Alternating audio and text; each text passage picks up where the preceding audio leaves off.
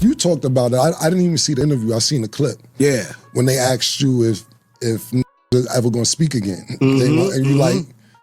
He crossed the line. With Dame, I feel like, it's a line that was crossed. Like, Beans ain't go there. Like, I understand that's what my you're nigga. Like, we get on the phone, I'm gonna pick up the phone tonight. Like, you know what I'm saying? But I feel like between them, I don't even have to ask Jay. It ain't even like Jay said it to me and was like, nah, this is done. It ain't never. I just knowing him. But the reason I brought that up, it isn't even about, because like Biggs my big bro too. Shout out to Biggs. Yeah, shout out Biggs, definitely. So, Silent OG. Yeah, that's my big bro. So it's like this, for instance, right? And that's what I'm saying, right? I built a few different entities that's doing well. Right now, unless Jay feels like being nostalgic or whatever, you're gonna see those hats that you wear. It ain't. We could go Rockefeller every 5, 6, 7, 8 years, but this is what we pumping. It's what it is right now. Jay-Z concurs that they are done with Dame Dash, and the fallout is bigger than you imagine.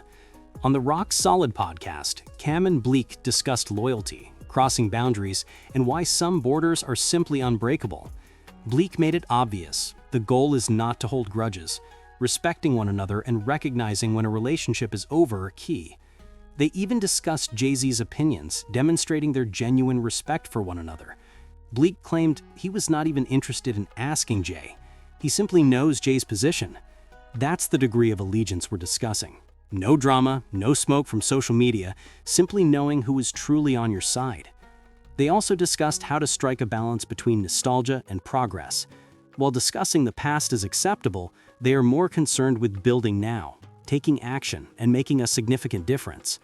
Cam talked about selling the business for hundreds of millions of dollars and how it's important to focus on the here and now rather than the past. Before I play this tape for you all, I would appreciate it if you could like it, subscribe, and share your comments in the comment box below. Beefing.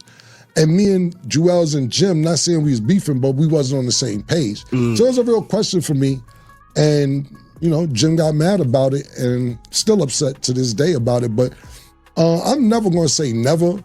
But at the end of the day, if you got to think about it, the disputes, the arguments, the reunions is 15 years old, and the run was 7 years old. I don't know if it could never go right. You know, he got records dissing me earlier this year, whatever. I don't really pay no mind. People send it to me. But you gotta think about it. He put a song called Our Frenemies in like 2008. 17 years of diss records towards me.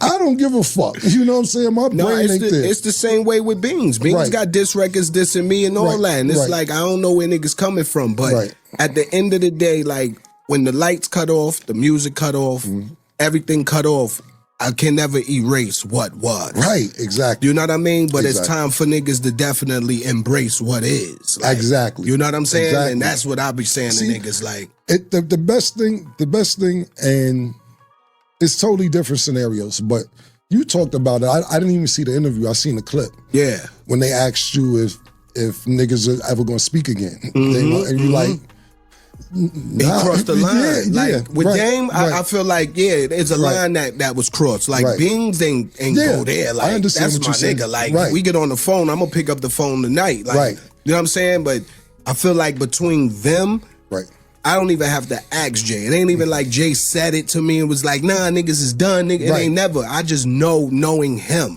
But the reason I brought that up, it isn't even about, because like Biggs my big bro too. Shout out to Biggs. Yeah, shout out Biggs, definitely. So, Silent OG. Yeah, that's my big bro. So it's like this, for instance, right? And that's what I'm saying, right? I built a few different entities that's doing well.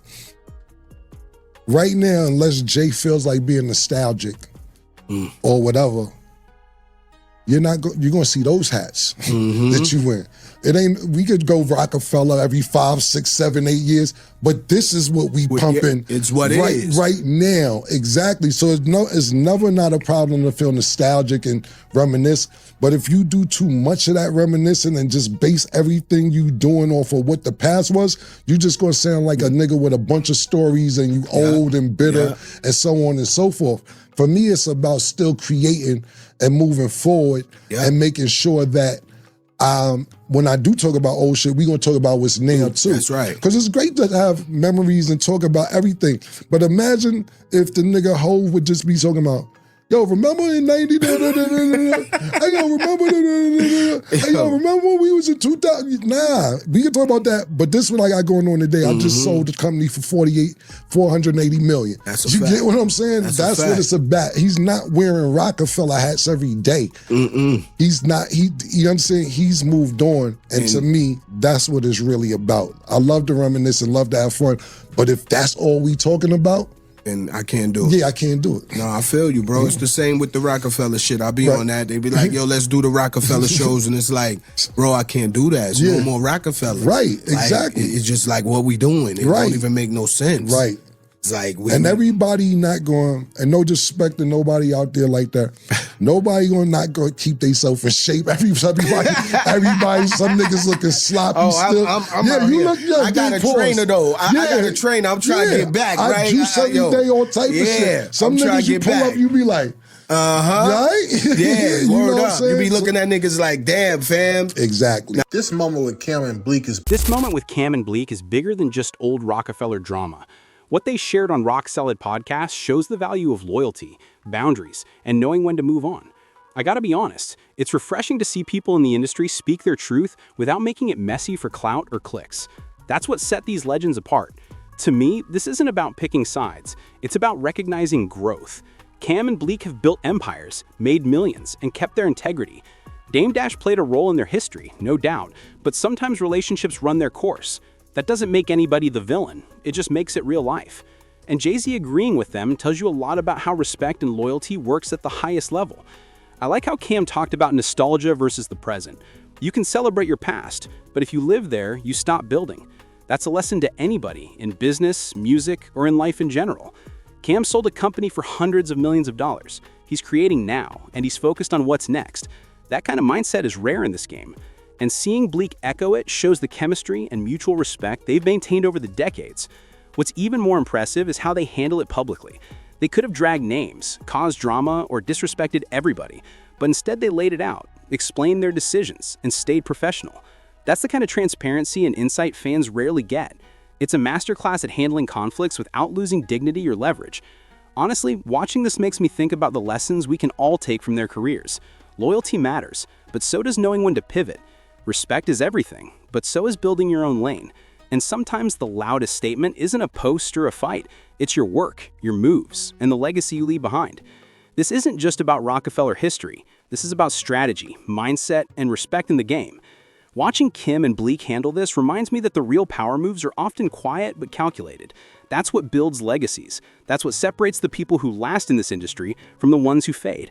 Remember, it's not about drama, it's about learning from their story, taking notes on loyalty, respect, and timing, and thinking about how we can apply it to our own paths. Kim and Bleek gave fans a peek behind the curtain, and it's inspiring if you pay attention to the lessons instead of the gossip. So let me ask y'all this. Do you think Kim and Bleek made the right call cutting ties with Dame Dash while keeping Jay-Z's respect intact? And how would you handle a situation where business and loyalty clash like that? Let me know your thoughts down below in the comment section, and make sure you like and subscribe. Peace.